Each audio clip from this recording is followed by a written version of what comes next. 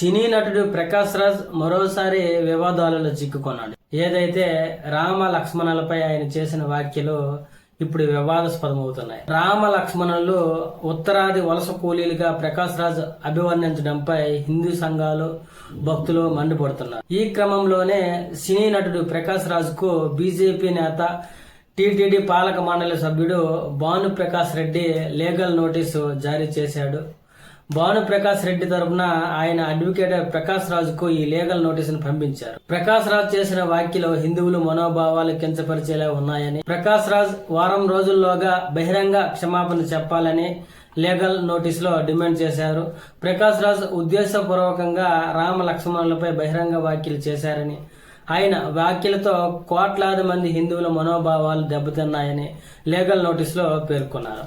ప్రకాష్ రాజ్ వారం రోజుల్లో బహిరంగ క్షమాపణ చెప్పకపోతే ఆయన మీద 100 కోట్ల పరువు నష్టం దావా వేస్తామంటూ భానుప్రకాష్ రెడ్డి లీగల్ నోటీసులో హెచ్చరించాడు.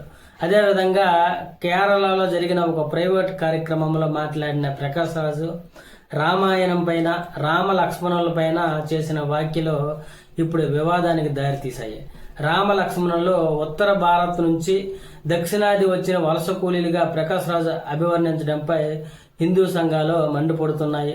దక్షిణాదిలోని గిరిజన తెగకు చెందిన రావణుడి తోటలో పండ్లను రామ లక్ష్మణులు దొంగిలించారంటూ ఇదే యుద్ధానికి దారితీసినట్లు ప్రకాష్ రాజ్ చేసిన విశ్లేషణ హిందువులలో ఆగ్రహానికి కారణమవుతుంది.